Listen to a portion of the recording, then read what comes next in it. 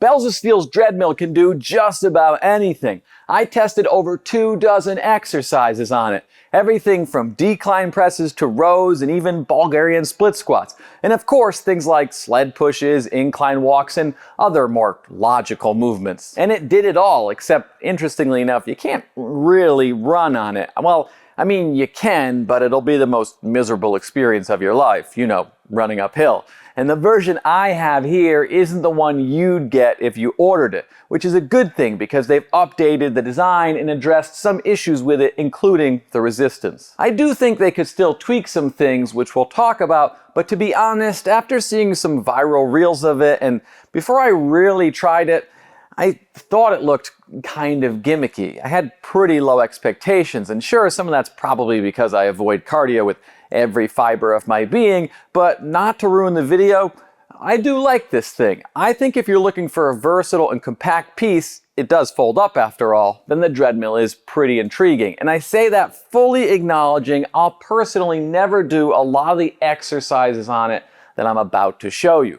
Before we get to all that though, full disclosure time. This was sent to me for free for the review and I've linked it in the description. If you find this video helpful and want to support the channel, then please hit that like button, subscribe, and use that link if you decide to buy anything from Bells of Steel because they'll send us a small commission at no cost to you, and it's how we keep this channel going. So thank you so much for your support. It means the world to us.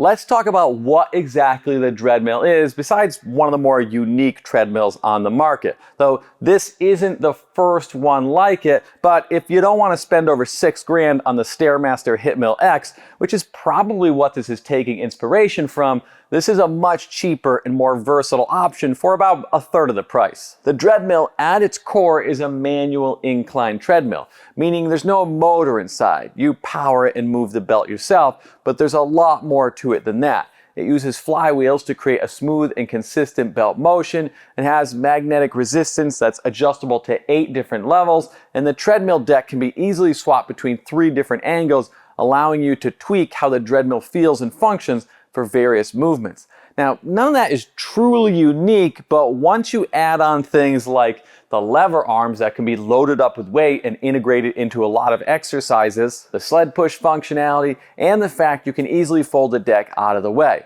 All those things give you a machine that can be used a ton of different ways, especially when you consider that the J-cups can be set to 4 different heights or removed entirely, and then there's the ability to add band resistance. That gives us a high-level overview, but none of that functionality means anything if it's poorly integrated. So as I go through the various exercises I've tried on this, I'll point out where I think it could be improved and where Bells has already made some adjustments to make this better.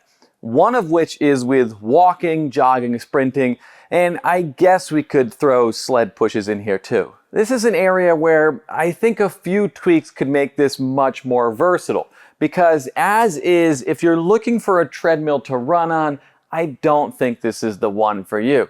It's not that you can't jog on it, it's more that you'll look like a pregnant woman running in slow motion, which, based on the amount of conditioning I've been doing, is much better than I'd look if you saw me running outside. You can't really run on it well because even with the resistance set to its lowest, there's still some magnetic resistance, so you can't really get up to speed. That's where I'd like to see it reworked so that you can run on it when it's on its lowest setting, and I know it can be done because I've tinkered with the cable and done it, and running worked pretty well. But if I do that, I lose my maximum resistance. Bells does mention you can sprint on this, but I wouldn't call them true sprints. They're really sled sprints because you have to hold the handles to push the belt. They are an incredibly effective form of HIIT training, and they do create a similar effect of sprinting, making you hate your life. With sled pushes, I like that it has multiple options for your hand placement so you can emulate various sled movements without needing a huge indoor or outdoor space, and you can get a heck of a workout on this thing, although it would be nice if the pads were a little taller because they feel a little short to me. I mentioned the cable before because one of the complaints I have with my version of the Dreadmill is the maximum resistance isn't high enough. But Bells has listened to my and the community's feedback and updated the version you'd be getting to have a higher max resistance. As for walking, this works very well because it's really easy to change the resistance. You can even tweak the angle of the deck by just lifting it up, pulling out this bar, and it just kind of locks into place. And I love that piston. It's a sick effect, and it also means it won't crush my infant. The only issue there is it's a subtle angle change at best. Those three positions are only giving you about 3 degrees of adjustability. Not a deal breaker, but it would be nice to have a little bit more of a range there. Backwards walking is pretty good on this too. You can just hold the handles or use a band to stabilize yourself, but I prefer to push against something when I backwards treadmill walk, and this is definitely a nitpick, but it would be cool if the pad angle was adjustable, because then it would be a little more comfortable when I'm leaning back, and my bakery is kind of putting on a show back there. I've mentioned versatility a few times, so let's take a second to look at some of the features that allow this to do things that no other treadmill can do. Now, we're definitely getting into some of the more silly things you can use this for, so I'm not saying I'd actually use it like this, but I also don't have the space for all these machines, so I'm not saying I wouldn't either. If we look at chest press, it'll show how easy it is to set up and swap between movements, but also some of the limitations. You're just gonna raise the deck, set the J-cups, load it up, bring your bench over, and you're good to go. It's probably not designed for that movement, and we could debate resistance curves and other factors, but the fact that it works at all is impressive. Same thing with floor presses, which is actually much easier to get into position for than with heavy dumbbells. I've even tried decline presses and seated overhead press. I will say the reoccurring theme here is the handles are going to be too wide. I think that if Bells could figure out a way to make the handle width adjustable and the grip angle changeable, that those changes would put this thing over the top. I think it's good now, and I'm sure I'm pushing it way outside of what it was really designed for, but to me, those things would make a lot of exercises work so much better. That same thing could be said about rows, deadlifts, squat variations, and quite a few other exercises. That the width and grip angle can be an issue, and that it's insane I'm even talking about those movements in a treadmill review. About the only thing I haven't found a way to use this for is for curls, which honestly is pretty disappointing. But they work pretty well for Meadows rows, though I'd prefer a longer lever arm, and I also prefer knurled handles, but these rubber ones do work pretty well. I've tried incline rows, single arm rows, bent over rows, and just about every row variation I could think of, and while being able to change the height of the pivot point of the arm would help with the resistance curves on some of those, this is so far beyond what I expected this thing to be able to do. Bells does list the weight capacity at 165 pounds for each arm, but that's more of a limitation on the deck, not the arms themselves, which means you can actually load this up for deadlifts. You will be forced into a bit of an arcing motion rather than a vertical pull, but all variations I tried did a pretty good job of working my legs and posterior chain. That same arc can be felt during split squats, which I would say are okay on this. And yes, this even worked for the world's worst exercise, Bulgarian split squats. I don't care how you do this one, the devil invented this movement and they clearly named it the Dreadmill because you can actually do them on this. I hate these things and I hate Bells of Steel for making me do them. Which brings us back to the stuff this was probably designed to do.